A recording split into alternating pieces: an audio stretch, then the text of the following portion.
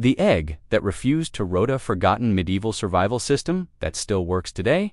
Single egg sits quietly on a wooden table. It looks harmless, fragile, temporary inside. That thin shell is one of the most nutrient-dense foods ever created. Protein, fat, vitamins, minerals, perfectly balanced for life. And yet today, that same egg feels disposable. You buy a dozen, you forget about them. A few weeks later, they smell strange. The whites spread like water. The yolk collapses. You throw them away without thinking.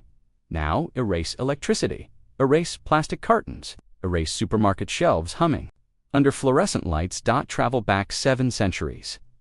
A stone cottage stands on the edge of a muddy English village. Smoke curls from the chimney.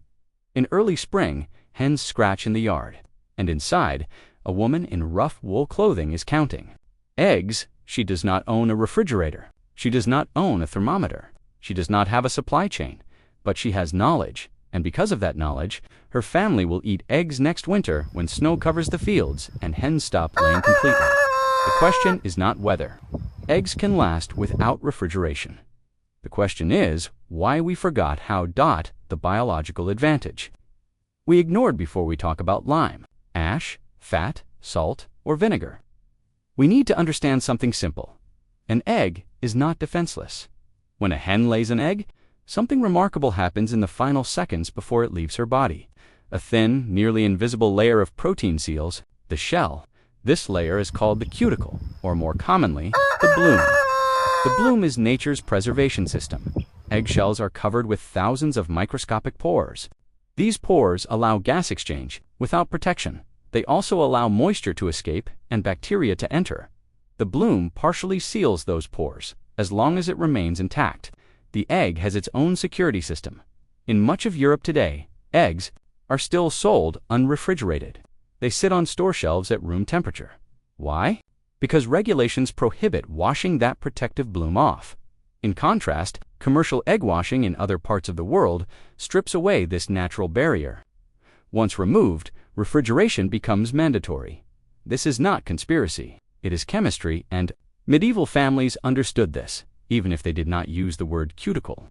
They simply knew, do not wash the egg unless you are ready to eat it. That single habit extended shelf life by weeks, but weeks were not enough, because hens lay heavily in spring and almost not at all in winter.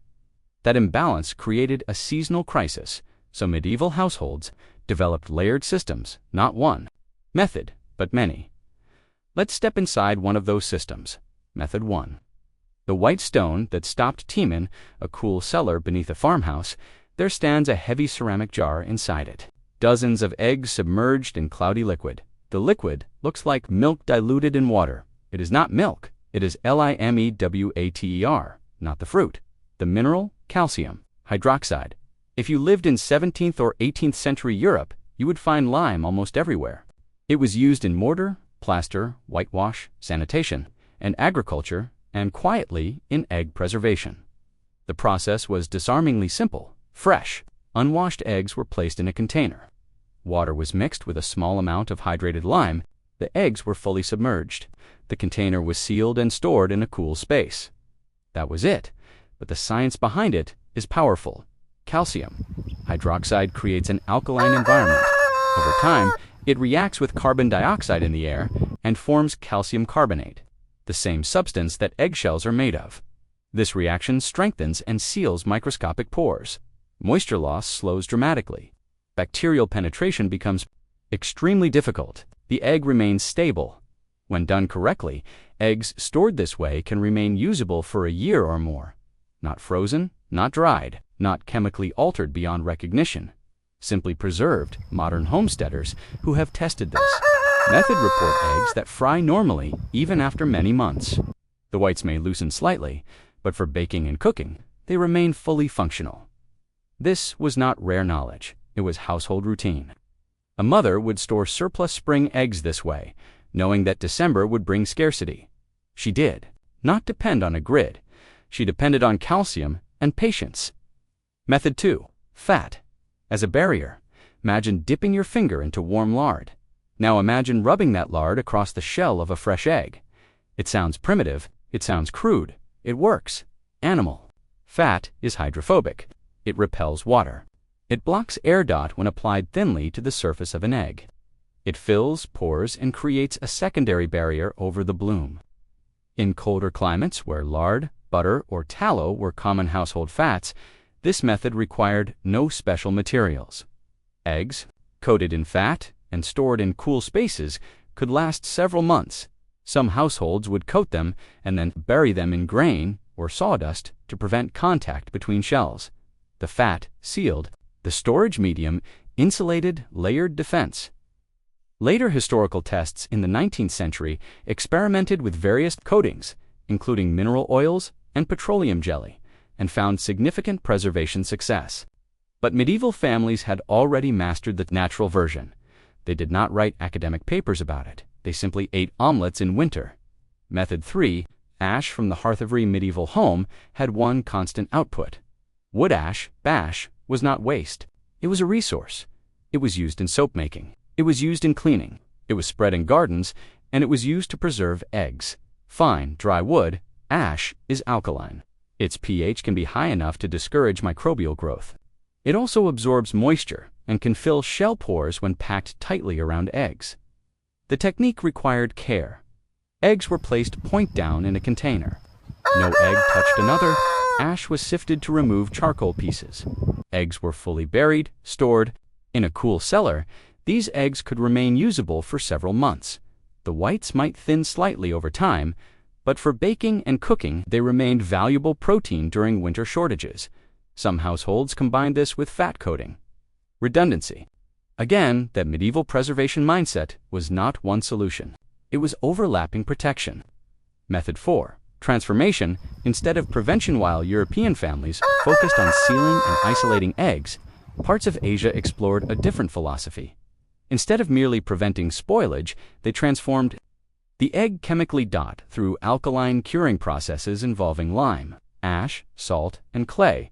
Duck eggs were converted into what is commonly called century eggs. The interior changed dramatically. The white became translucent and gel-like. The yolk darkened and developed intense, savory flavors. This was not decay. It was controlled chemical transformation. Proteins denatured in alkaline conditions. Flavor compounds formed. Microbial growth became nearly impossible under such high pH. These eggs could be stored for extended periods and became culinary delicacies rather than emergency rations.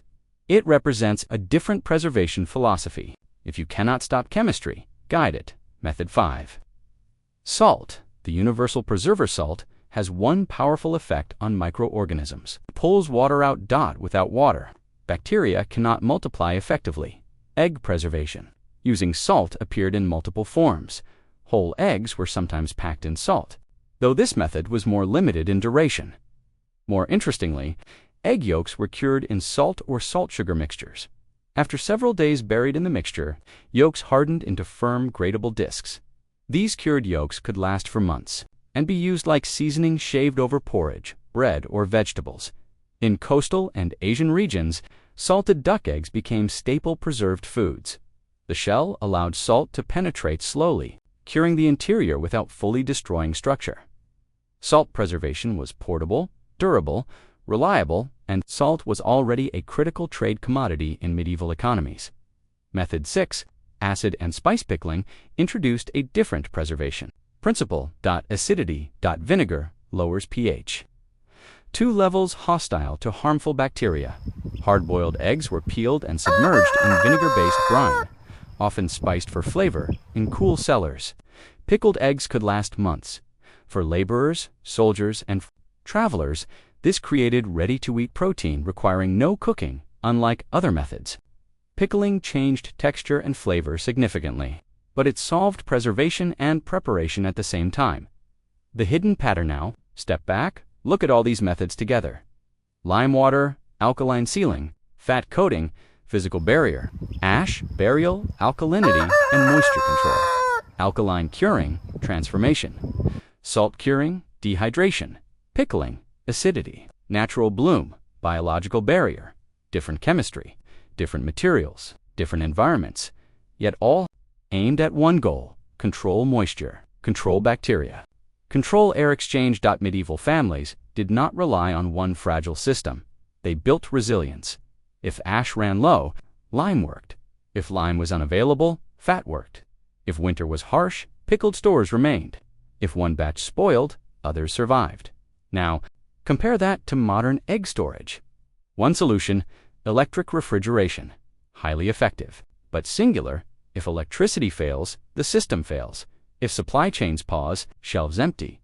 The medieval approach was decentralized knowledge, no global network required. Just memory. The real question this is not about rejecting technology. Refrigeration is powerful. It reduces foodborne illness. It simplifies life. But the disappearance of knowledge creates vulnerability. If you raise chickens, if you experience power outages, if you want food resilience, if you simply want to understand historical food systems, these methods are not relics. They are options. The medieval farm wife was not primitive. She was diversified. She did not trust a single point of failure. She trusted layered